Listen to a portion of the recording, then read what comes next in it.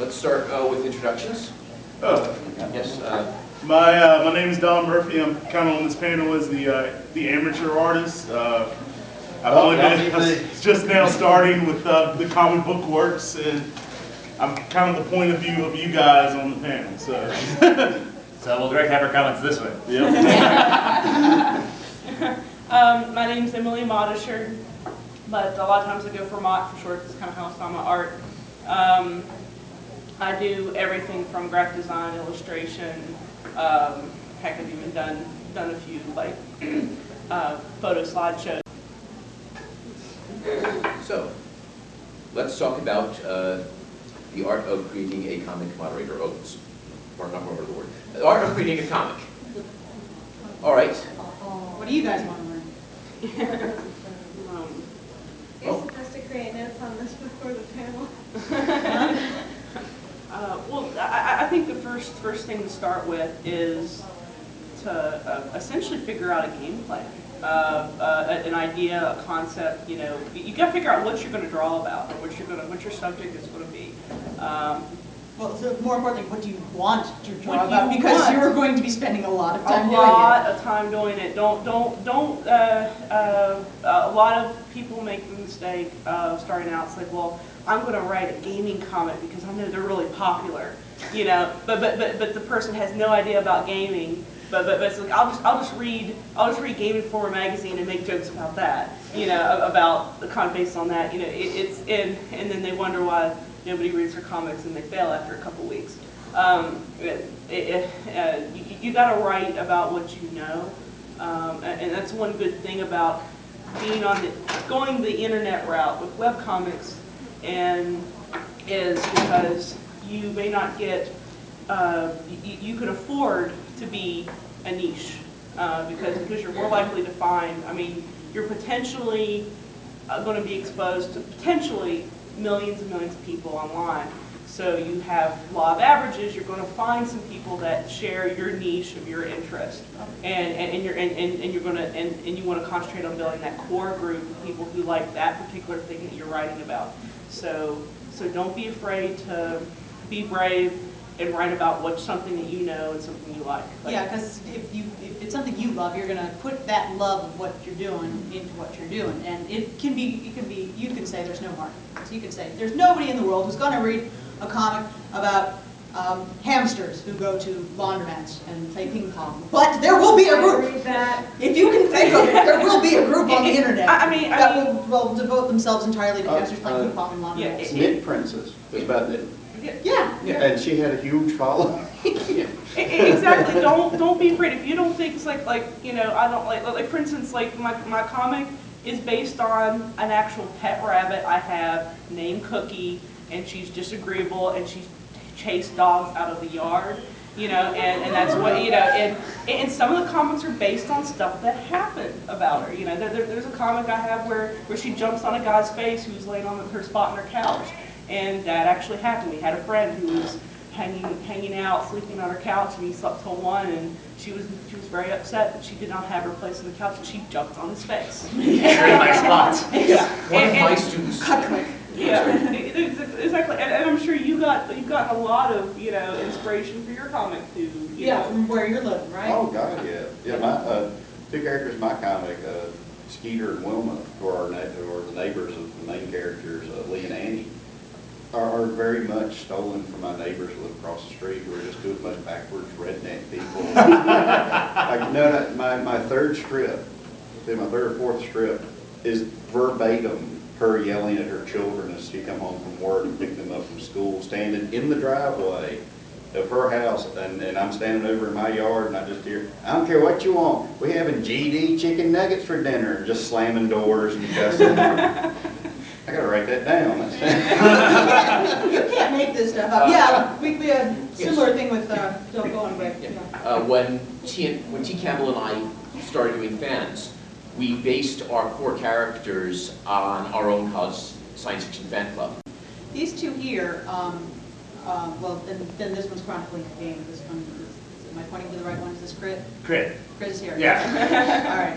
Crit was chronicling a D&D game we had, and that one was just more like a fun writing Session. It was a writing Writing session session with dice. because everyone who was playing were actors and writers and very creative people.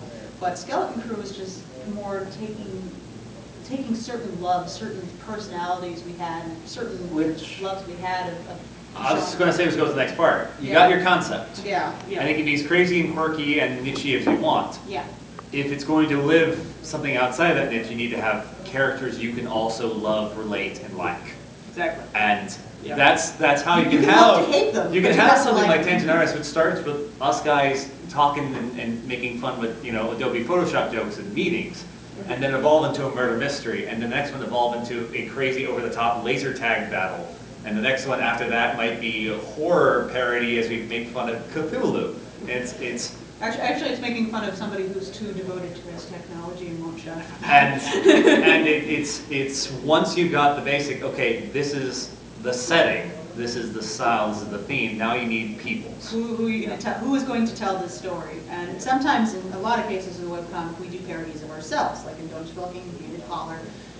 We have caricatures of ourselves because we know how we think. We know how the character is going to react in any given situation.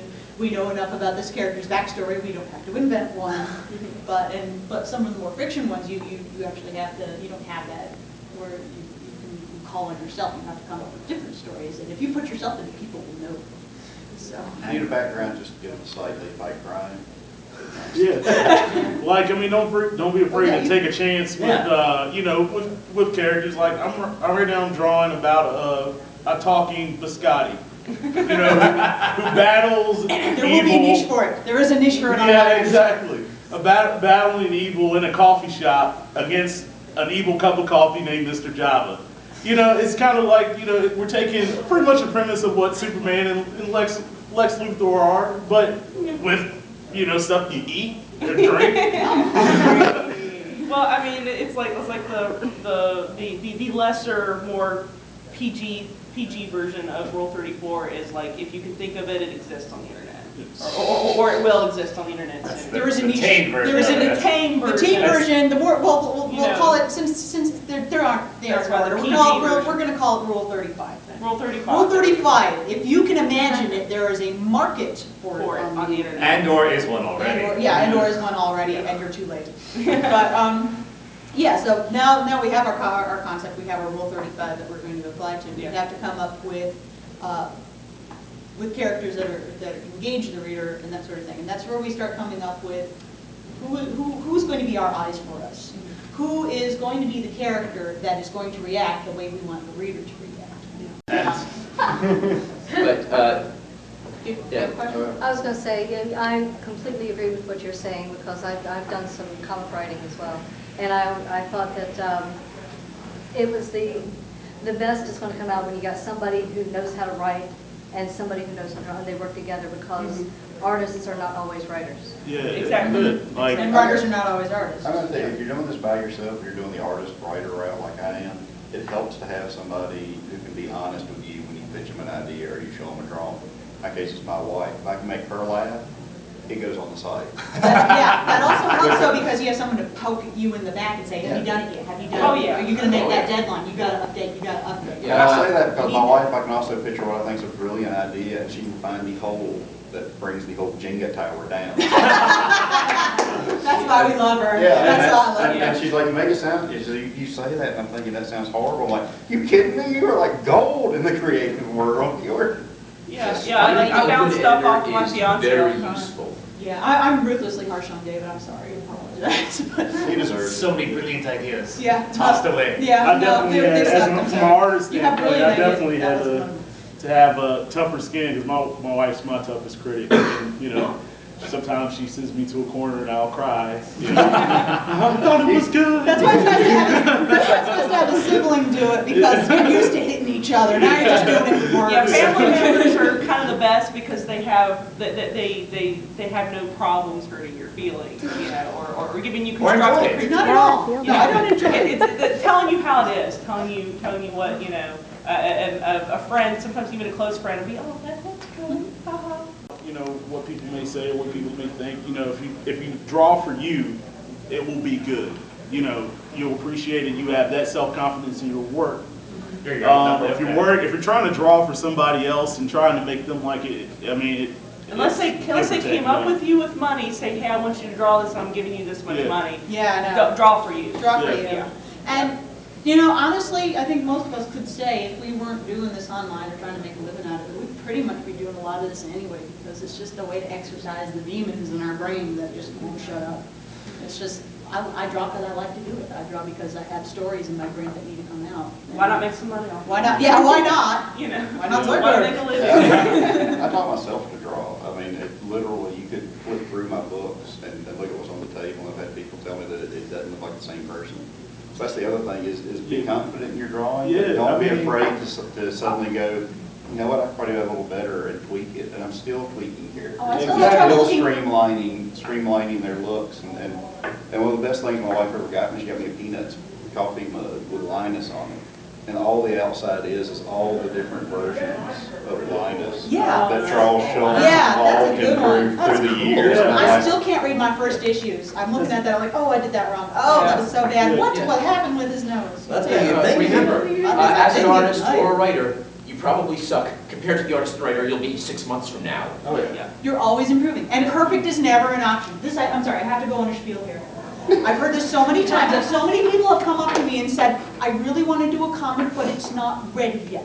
It's been in concept work for 7 years. I have this many pages done, I have this many years of script, but I can't put it online because it's not ready yet. And I just want to punch these people in the face, because For their you are good. ready. If you've been doing this for 7 years, you have this many years, you have 8 notebooks, you have 800 pages to put online, put it online! Because perfect is never an option. You will never be as perfect as you think you should be. Take it from people who've been doing this, take it from the professionals. We hate our stuff. We hate all our stuff. We love it. We love it to death, but we also hate it because it's not where it could be. We're Like always our thinking jobs. about where we could But be. think about it, you know. And looking at that other person saying, oh, I wish I could draw like that. Oh, I wish I could draw like that. Oh, I'm a mess. If But you reach perfection, then you're going to get bored. no, if you reach perfection, you will be in nirvana and have ascended, because it doesn't happen in our Yeah. Okay?